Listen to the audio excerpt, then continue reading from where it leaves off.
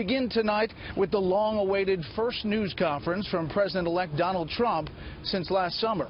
The president-elect immediately went after one of his favorite targets, the news media, and some organizations' coverage of an unsubstantiated report that Trump had been shown documents by U.S. intelligence officials showing Russia had compromising information about him. Senior national correspondent John Roberts is outside Trump Tower tonight with the latest. Good evening, John.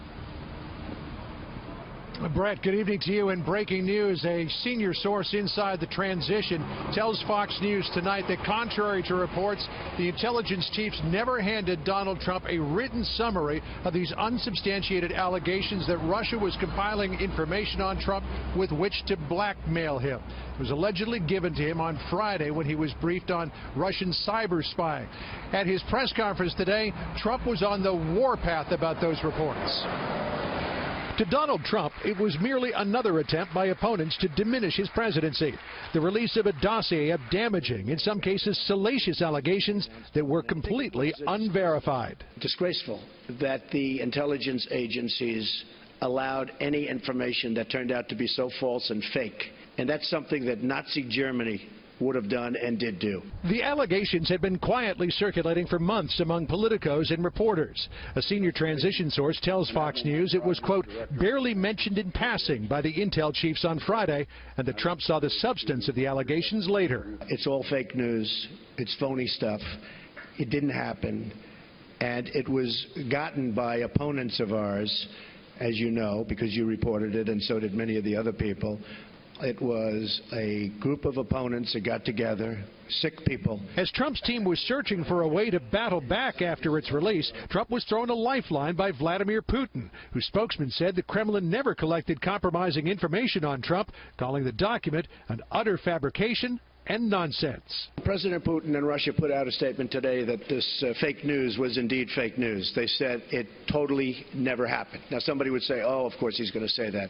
I respected the fact that he said that. But Trump's praise for Putin had its limits. In response to a question from Fox News acknowledging for the first time that Putin did in fact likely order the hack of the DNC. As far as hacking, I think it was Russia. And Trump pledged when he becomes president, the relationship with Putin will be very different. He shouldn't be doing it. He won't be doing it.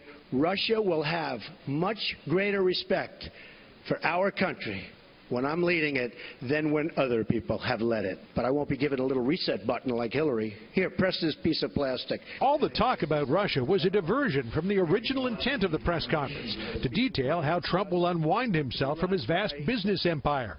Trump's attorney, Sherry Dillon, announced he would place all of his assets into a trust, but not a blind trust, because that just wouldn't work. President Trump can't unknow he owns Trump Tower. And the press will make sure that any new developments at the Trump Organization are well publicized. Trump will also resign all his offices and turn control of the company over to sons Eric and Don Jr. and associate Alan Weisselberg. The Trump Organization will not have to sell the old post office hotel in Washington, despite a clause in the federal lease saying no elected official may hold an ownership stake in the project. The company argues Mr. Trump is exempt from the clause because he signed the lease before he ran for president. And Mr. Trump today promised that all profits derived from payments from foreign governments to Trump Organization companies would be donated to the U.S. Treasury. Trump also weighed in on Obamacare, revealing it's his preference to tackle it all at once. It'll be repeal and replace. Will most likely be on the same day or the same week, but probably the same day, could be the same hour. Trump also said that he would wait until the Monday after the inauguration to start signing many of the executive orders that he plans to issue to undo a lot of what President Obama did in his last 4 years. He says he's going to wait till Monday because the weekend is taken up with inaugural festivities. He also said that he would appoint a justice, or at least nominate a justice, to fill the vacancy left by the death of Antonin Scalia within 2 weeks after taking office. Brett? John Roberts live outside Trump Tower. John, thank you.